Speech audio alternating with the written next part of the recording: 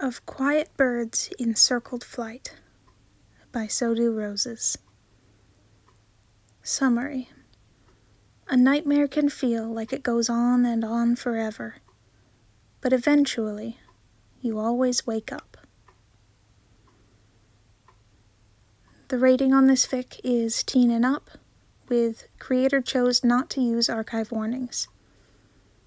The relationships are Virgil/Roman/Logan/Patton, Logan and Thomas, Virgil and the Dragon Witch, and past abusive Princete. Additional tags are past abuse, death, and grief/mourning.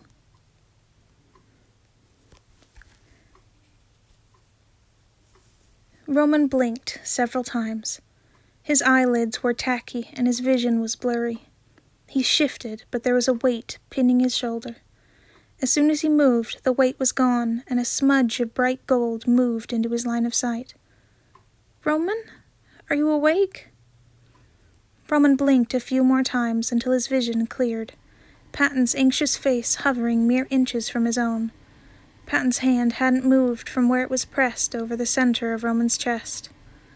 It was disorienting, looking at Patton. Two sets of memories overlapping. In one, the past 2 years spent aching for him, seeing him every day and knowing nothing would ever come of it. In the other, missing Patton and not even realizing until he'd actually seen him, like not noticing your arm had fallen asleep until you tried to move it and the numb burn spread from your fingertips to your shoulder. "Roman?" Patton prompted again. "Hey," said Roman thickly. He placed his hand over Patton's. Patton let out a shaky breath, slumping in relief. "Hey back," he said, his voice going a little higher. His head dropped until he pressed his forehead back to Roman's shoulder. His own shoulders were shaking. "Patton? What's wrong?" Patton sat up on his heels suddenly, looking down at Roman. His expression was furious, and his face was already tracked with tears. "I am so—" He choked, sniffling. "I'm so mad at you!" he wailed. "Mad?" said Roman incredulously. He sat up as well, and took a bewildered moment to glance around the plain, unfamiliar room they were in, as well as the bed they sat on, and ran his hands up Patton's arms. "Why are you mad?" Patton scrubbed furiously at his face. "Dizzy snitched on you the second she knew you weren't dead," said Patton, a scowl twisting his normally soft face. Roman went tense, and he smiled disarmingly. "You can't talk to Dizzy." "But Ms. Gage can," said Patton. "Roman! You thought you were gonna die!" Roman swallowed. "Yeah," he said. "Yeah, I did." "And you were fine with that?" Roman squeezed his eyes shut, unable to look at Patton's miserable expression. It made sense. I didn't think there was any other way." Patton placed his hands on Roman's face, his thumbs running over Roman's cheeks like he was trying to make sure Roman was real.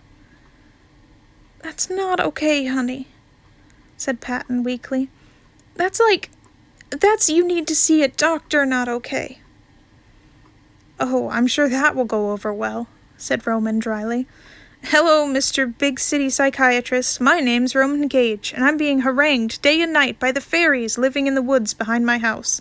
Would you like to hear about the crybaby I killed?" Patton was laughing, even though it was clear he was trying not to. "Terrible. You're terrible," he said wetly. Roman squeezed one of the hands on his face, and there was a brief flashbulb memory of panic, but it flickered out just as quick. The situation couldn't have been more different. "Speaking of things that aren't okay," he said gently, "you want to talk about ordering yourself around?" Patton actually snorted. "Get in line," he said a little flatly. You're only the fourth person." "Oh?" Patton let go of Roman's face to start ticking off his fingers, and the sharp twists of longing that rippled through Roman only just barely avoided making an actual noise come out of his throat. "Virgil, but his was mostly technical magic words that I didn't understand. Logan, who said a bunch of therapy words that I didn't understand. And, he cleared his throat.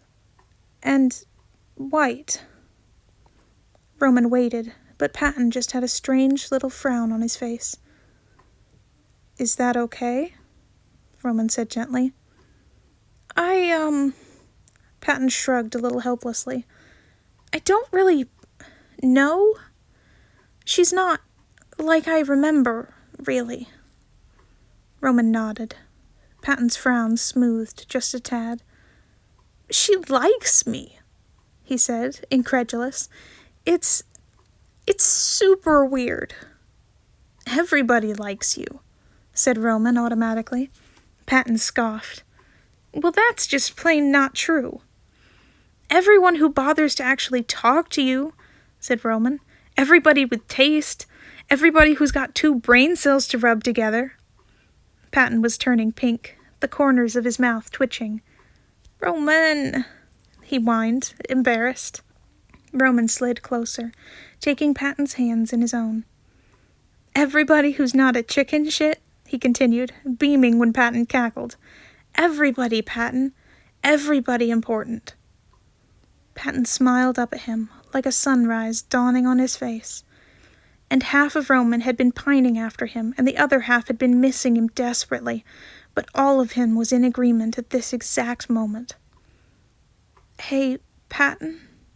he said hesitantly. Patton hummed inquisitively.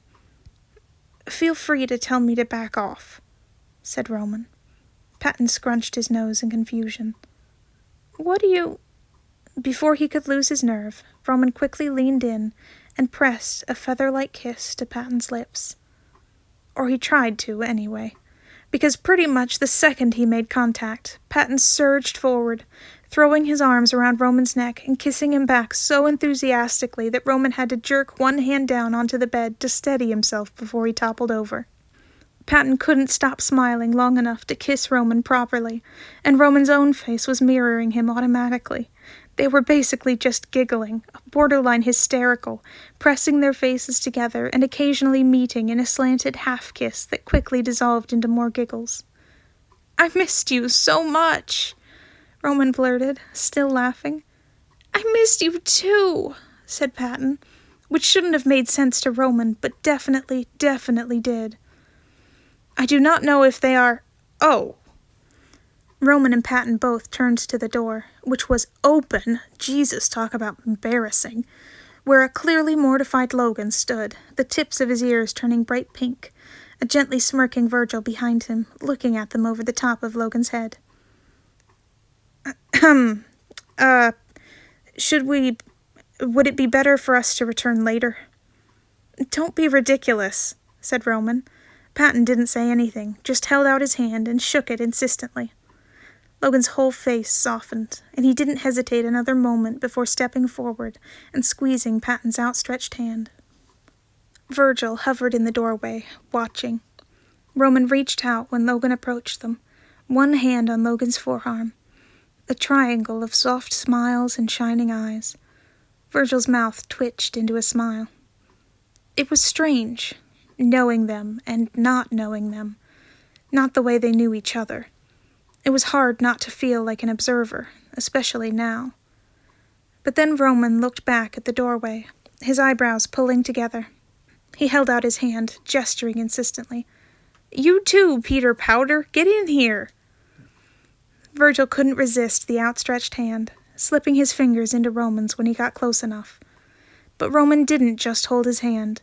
He pulled it firmly, leaning out over the edge of the bed at the same time, and Virgil helplessly followed him until Roman had pressed their lips together. Roman leaned back a little at a time, still tugging Virgil's hand, coaxing and gentle, until Virgil was sitting sideways on the edge of the bed, with Logan a sunlight-warm line against his back, and Patton holding on to his other hand, a feather-soft and unbreakable grip. This is a no-frowning zone, said Roman softly, his mouth just a few inches from Virgil's as he leaned their foreheads together. Virgil snorted before he could stop himself. "It's my room," he said. "I think I'm the authority." Roman looked surprised, glancing around. "It's very plain," he said, with a curious note in his voice. Virgil waved a vague hand. "I don't much like the frippery that comes with being gentry." "Stop, stop," said Roman immediately. "Did you just use the word frippery unironically?" Yes. "Oh my God, we need to... That is not going to fly." "What? It's a word." "Welcome to Roman 101, said Logan sarcastically. "He frequently derides my vocabulary. It will be pleasant to no longer be the only one." A zip of elation went through Virgil's chest, and Logan must have realized the implication of what he'd said, because his ears flushed once more, and he immediately focused on the wall. "Oh, whatever," said Roman. "Why are we in fairyland anyway? How long was I out?" "Most of the day," said Patton. "It's late afternoon. Virgil's been trying to get the court back under control." "And none of the Seelie will talk to me if Logan's not standing right there," said Virgil dryly. Roman kicked Logan lightly, delighted. Logan swatted at his foot. "The Unseelie are pretty furious, but it's after the equinox, and the Seelie outmatch them at the moment," said Virgil. "If I can get them to simmer down before autumn, it'll be fine. Probably." He paused. "And I should be able to take them in a fight by then anyway." Roman snorted, and Patton gave a gentle, admonishing squeeze to Virgil's hand. Roman's face turned a little strange, then sort of hesitant, and maybe a bit sad. "And, the king?" Patton visibly recoiled, and Logan flinched almost imperceptibly. Virgil didn't react, but it was a near thing. "Dead," he said quietly. "Greta killed him." He didn't elaborate, because he was certain Roman didn't want the details. Virgil wouldn't want the details, would gladly wipe them from his mind, and he'd hated his brother.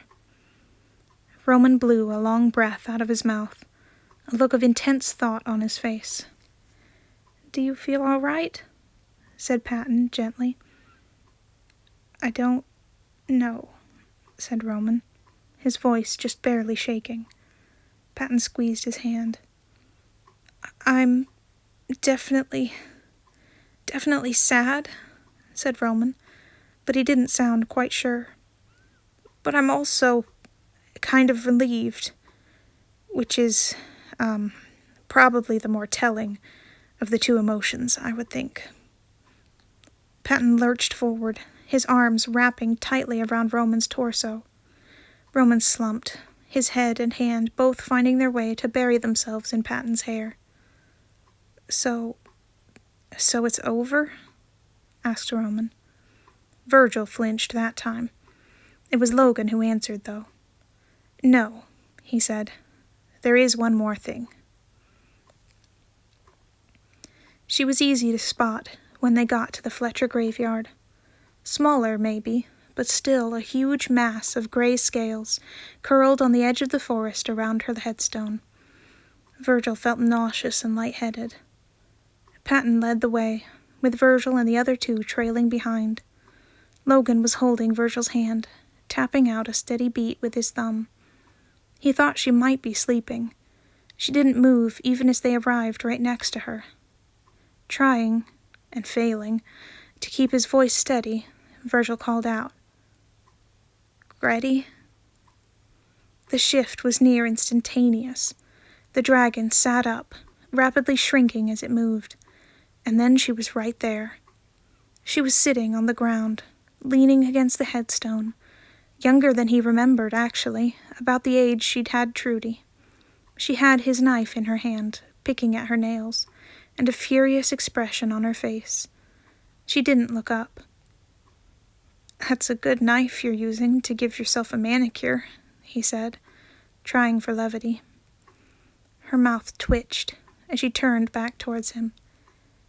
You're welcome to have it back, Bruder Spinna, if you're willing to dig for it, she said dryly. Virgil recoiled automatically. Her expression shuddered, and then she flickered. Then she was tiny, not a day older than when he'd met her, 14 and all knobby limbs. She smiled sheepishly. Sorry, she said. That sounded funnier in my head. Most of your jokes do, he croaked. Greta laughed, and Virgil's chest tightened. She set her chin on her knees, watching them. What the hell are you wearing?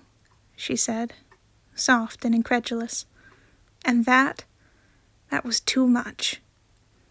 Virgil pulled his hand out of Logan's, walking determinedly forward, and Greta must have realized what he was doing because she tried to scoot backwards. No, you idiot, don't.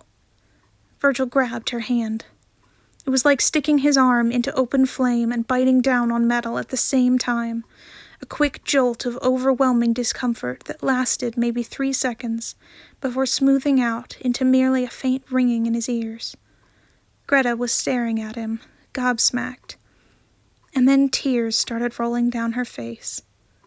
You're so stupid, she choked out, and when the tears slipped off her cheeks, they vanished before they hit the ground. Virgil pulled down his sleeve and wiped her face anyway. You have no room to talk about stupid, brat. Oh, shut up, she grumbled. She sniffed angrily, wiping her own face of the incorporeal tears. She shook herself, trying to regain some of her composure. A flicker, and she was at the age he remembered, her hair barely graying at the temples. Well, she said, introduce me to your harem already. You're being very rude. Virgil squawked, shoving her shoulder. Oh, shut up. I will do no such thing. You didn't leave Toby alone for a single moment any time you were in the same room. I can say whatever I want, and you know it. Virgil could hear Patton giggling behind him, and when he turned, even Logan was trying not to react. Virgil gestured them closer. This is my sister, Greta, also known as Pain in the Ass. Don't make me hex you. Greta, this is Patton. Patton waved, and a flicker. She was a little bit older, crow's feet at the corner of her eyes. Hello, Patton. Hello, Mrs. Fisher, Patton replied. Thank you for visiting, she said. It was very lonely around here before you showed up. Patton flushed, nodding and taking a step back. And this is Roman. She turned, and there was another flicker, and oh, she was old. So old. Her hair completely white, and her face lined with deep wrinkles. Virgil's grip on her hand had surely become painful. You, she croaked. You're a maze boy. I'd know those eyes anywhere. Roman grinned. Guilty as charged, he replied. It's nice to meet you. Hope you don't mind if I don't call you Grandma. Flicker, 14 again, and something unclenched Virgil's chest. The sheer revulsion on her face made him laugh out loud. Please do not make me think about that, she said, disgusted. And this is Logan. Logan made an aborted movement, like he might be about to offer her a handshake, but changed his mind at the last second and turned it into a half-hearted wave. Salutations, he said woodenly. Greta tilted her head, confused, and then her face lit up, and she started outright cackling. Logan turned pink, and Virgil frowned, elbowing her in disapproval. Oh, thank Eve and all her daughters, said Greta. What? Said Virgil. She turned, grinning, and Virgil realized more tears had gathered in the corners of her eyes. What?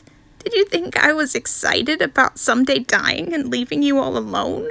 She choked, and Virgil went rigid. Even Trudy. Muti, what will happen to Bruder Spinna when we die? I couldn't even think about it most days without feeling like I was about to faint. She tilted her head back against the grave, still grinning. No, this is good, she said. Better even. You gained more than you lost. I wouldn't have traded you, snapped Virgil. I know, she said, squeezing. But this is the hand we're dealt. It's a good one. You know it. Virgil's throat was closing up. She seemed like a huge weight had lifted off her shoulders. She'd gone a little more faint at the edges, like she was wisping away, a little at a time. I think I'm ready to go, she said softly. Yeah, croaked Virgil. Yes, she nodded. I miss my Toby, Trudy, and... She swallowed thickly. And I am very, very tired, Brutusmina. All right, he said. His voice was barely there, weak and faint. That's all right. Patton, said Greta, a flicker, an adult again. She smiled encouragingly. Do you think you could give me a little push, dear? Patton nodded. He was already crying openly. He scrubbed his face, taking a step forward and clearing his throat. Greta squeezed Virgil's hand once more, nearly bruising, and Virgil didn't close his eyes. Love you, she said softly. Love you too, you menace, he choked.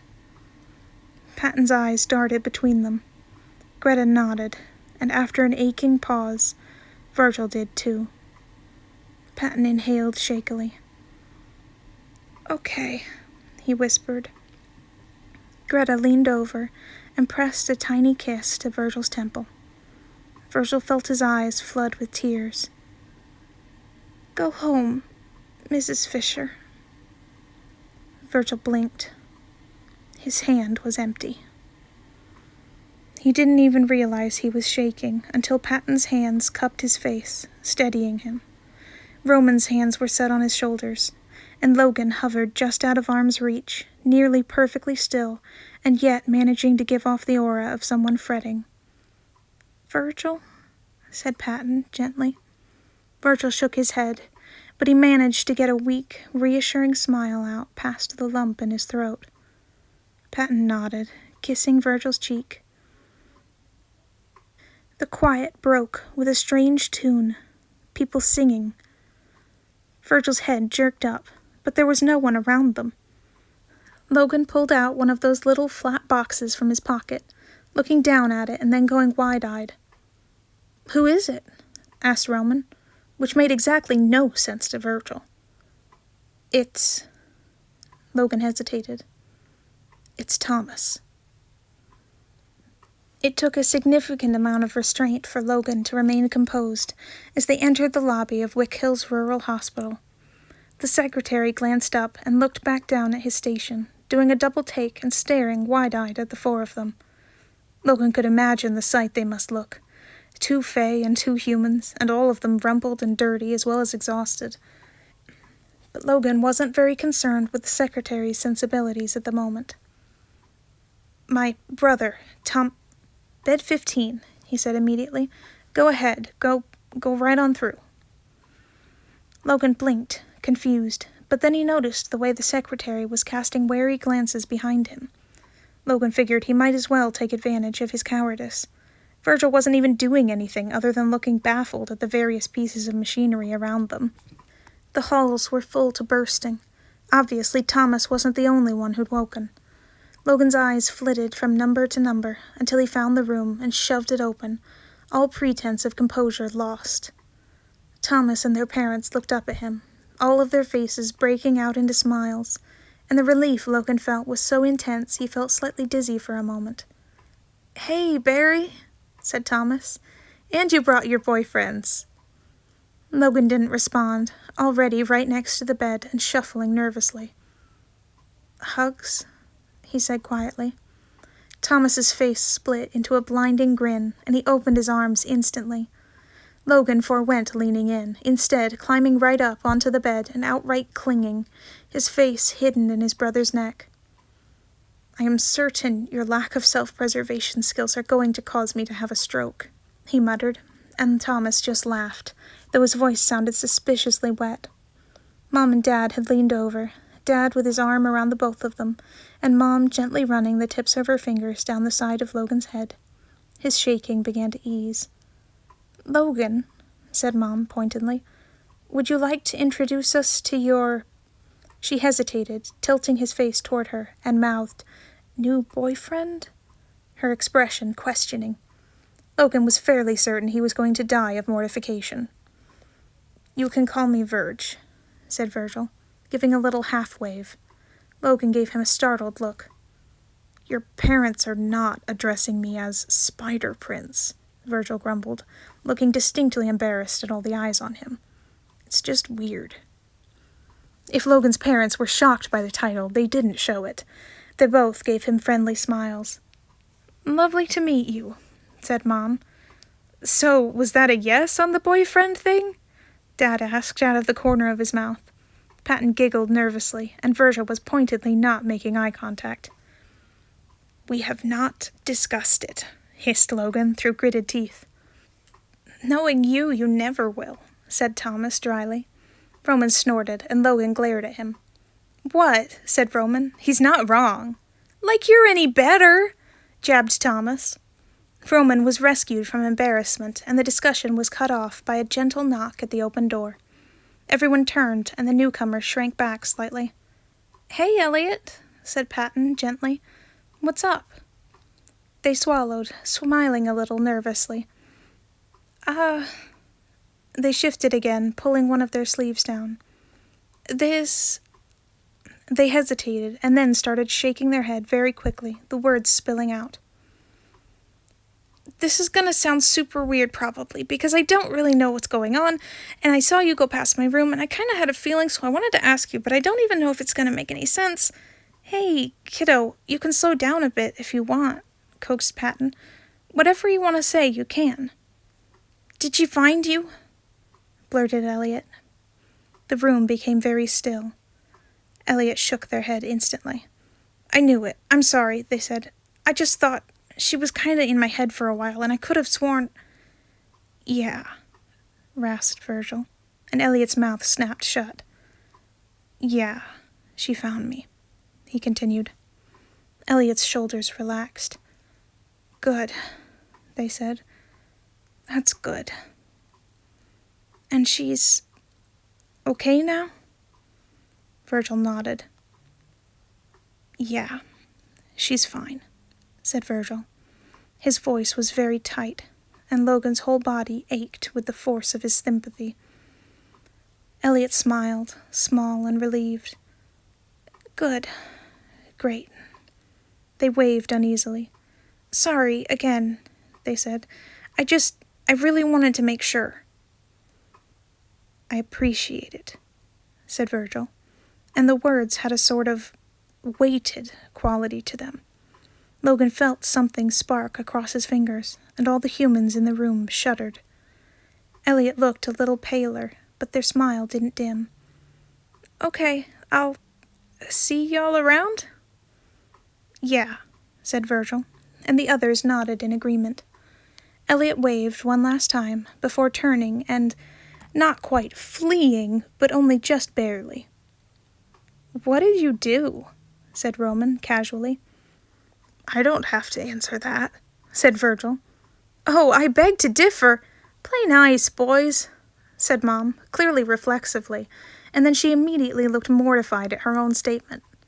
Virgil just raised his eyebrows. Logan had sat up by now, though he kept one hand firmly around Thomas's forearm. He felt uncharacteristically shy, but he managed to bring himself to speak. "Would you, possibly, be able to show me how to do that?"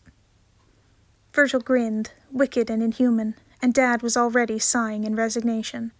"There are ground rules," he said immediately. "Nothing that damages the structural integrity of the house, and no permanent changes to any people." "I can do not permanent," said Virgil, which did the exact opposite of make Dad relax. Mom looked equally fond and alarmed. "I'm joking," said Virgil. "I mean, mostly." "I am attempting to be more reasonable, not less," said Logan gruffly. "It makes sense to learn some modicum of restraint, rather than continue the present method of ignoring the problem." "It's a Christmas miracle," said Thomas. "It's March." "Oh my goodness gracious, I know I've made that joke before, Barry." "You have, and yet you fall for mine every time regardless." There was a pregnant pause, where Thomas stared at Logan, agape. Logan bolted. "Oh, come back here, you—" "I request assistance," said Logan quickly.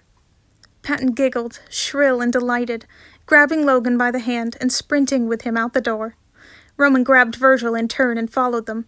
"Don't run in a hospital! Goodness gracious!" Ms. Gage sat in the rocking chair on the porch. The rest of them scattered across the steps. Dizzy had taken up residence in Patton's lap, seeing as she was still salty with Roman. Jax sat on the railing, occasionally making snarky comments that Roman or Ms. Gage relayed. When Ms. Gage wasn't drifting off into half-dozes and then waking herself up with earth-shaking snores, that is. Patton couldn't blame her. He felt equally exhausted, and the few hours he'd managed to catch with Roman hadn't made much of a difference. Roman looked only a touch better than Patton, fatigue-wise, but there was something different Patton couldn't put his finger on. He seemed calmer, less like he was going to fly apart at the seams if you touched him. Which was good, because Patton had snuggled up under Roman's arm the second they sat down, and had yet to move. Logan was a step down, his hand curled around Patton's ankle, occasionally running his thumb over it, and Virgil was a step above, inspecting Roman's open palm in his lap like it held the secrets of the universe. Patton was crying on and off, but no one had commented. He wasn't upset, he was fairly sure anyway, but the past 2 days had been super overwhelming, and he was tired besides. And he couldn't tell himself to stop anymore, so there was that. And that made Patton think of the questioning glances Virgil kept sending him, pointed but gentle. Patton was running out of time, but the words kept getting lost on the way up his throat. He'd open his mouth to tell them, and what came out would be a pun, or something equally silly. Roman especially was going to be hard. He might react really badly, actually, and this thing that had finally come together was so new and so fragile, what they had with Virgil now even more so. Patton was terrified it was going to be over before it even started. Nobody seemed inclined to make Patton talk more than he could manage. They accepted his nods and headshakes without comment. Dizzy kept distracting him anyway, shoving her head imperiously at his hand every time he lost his concentration and stopped petting her. At least now he knew why he wasn't allergic to her. He'd always just assumed she had some hypoallergenic breed in her, even though he could never think of a tortoiseshell breed with that trait. Magic actually made more sense, which said something about just how ridiculous their lives could be. It had been late afternoon when Roman woke, and it was edging toward sunset. That was why they were at Roman's house to begin with. It was the closest to the center of the forest, and Roman and Logan had wanted to see Virgil off. Patton wasn't looking forward to it. Virgil finally glanced up to the sky one last time, sighing and releasing Roman's hand. Roman frowned, just this side of pouting. "Already?" he said. Virgil quirked a half-smile back, nodding, though he didn't actually look any happier than Roman did. "Trust me, I am not looking forward to it any more than you are," he said. "I'm going to be spending more time around the other gentry than I have in literal centuries. You might not have noticed, but I hate pretty much all of them." "A rock would have noticed that," muttered Ms. Gage from her rocking chair, her eyes still closed. "I wasn't even there, for fuck's sake." "And you know all about rocks, your skull being made of stone and all," said Roman. "Weak," she grumbled. "You're too tired to respond. You've not got the high ground here." Virgil's wan smile had become a bit more genuine, and he held out a hand to help Patton up. The four of them walked into the woods, approximately the direction of what used to be Virgil's clearing. Eventually, Virgil came to a stop. He hadn't let go of Patton's hand, and he gave him another wary look. Patton swallowed. "It's not as if we won't see you," said Logan, sounding like he was comforting himself as well as the rest of them. "You are hardly going to be occupied 24/7, and the three of us hardly ever leave the town proper." Well, that was probably about as good a segue as Patton was going to get, huh? Actually," he said faintly, "about that." Roman and Logan looked at him, curious, and then wary as they took in his expression. He cleared his throat. "I'm actually going with Virgil." Logan raised his eyebrows, startled, but Patton's focus zeroed in on Roman, whose expression had flown straight past surprise into suspicion. His eyes flicked to Virgil, assessing and on guard. "I asked," said Patton immediately, and some of the trepidation smoothed from Roman's face, though not all of it. Why would you wish to go to such a place?" said Logan incredulously. Patton could understand the confusion. Logan had spent his whole life trying to avoid being whisked off to fairyland at all costs. Patton gave him a brittle smile. His voice cracked, and all three of them lurched toward him slightly, which soothed the aching lump in Patton's throat. "I'm a little bit sick of being afraid I'll accidentally kill someone every time I open my mouth," he said thickly. Logan winced imperceptibly. "And," Patton looked at Roman then, smiling reassuringly, "it's not forever, just until I have it under control. It could only be a few weeks, who knows?" Roman's eyes skittered across Virgil once more, but Virgil didn't ignore it this time, reaching out and curling their fingers together. "I won't keep him there a second longer than he wants to be," said Virgil. Roman relaxed, and then immediately looked ashamed of himself. "Sorry," he said, softly. Virgil didn't answer, just shook his head. He squeezed Roman's hand, and Roman's face softened even further. And then, before anyone else could speak, Roman had leaned across the space and kissed Virgil sweetly. Patton felt himself go a little pink. Logan gave him a hesitant glance, questioning, and Patton smiled back, the lump in his throat relaxing entirely and slipping out of him as a soft giggle. He leaned forward encouragingly, and Logan smiled. And that led to a whole round of goodbye kisses, which Patton was definitely not going to complain about. Stories seem so simple when you're a child. The ending is always the same. Slay the monster, rescue the prince, save the day, happy ever after. But the truth is, there's no such thing as monsters. There are only people. Some of them hurting, some who will hurt others just for the sake of it, some of them ignorant or afraid or short-sighted, some of them desperate and alone.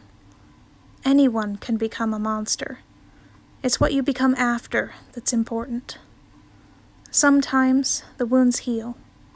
Sometimes they don't. Sometimes they scar, and sometimes they fester, poisoning everyone around them. Sometimes the valiant knight will go to sleep and not wake up. Someday a lovely voice will fall silent and never speak again. Someday a changeling will bury his parents, his brother, his nephews and nieces, and the weight of it will never get lighter. Someday there will be tears. Endings are rarely so simple as happily ever after. But today, tonight, is not someday. Tonight the moon is full and pale. Tonight the night kisses smiles onto his true love's faces, whole and free. He belongs to nobody but himself, and yes, the people he loves, but it is a love unasked for and freely given. Tonight a lovely voice is raised in song and unafraid of the sound. There are soft white hands in his hair, a long-dreaded nightmare turned soft and unassuming with the dawn. Tonight, the changeling makes every second count, and his brother sleeps soundly, knowing he will return with the sun. Tonight, a fairy prince no longer mourns what he has lost. All things have their seasons. Winter always turns back to spring. It's not quite happy ever after, but it is so very, very close. The end.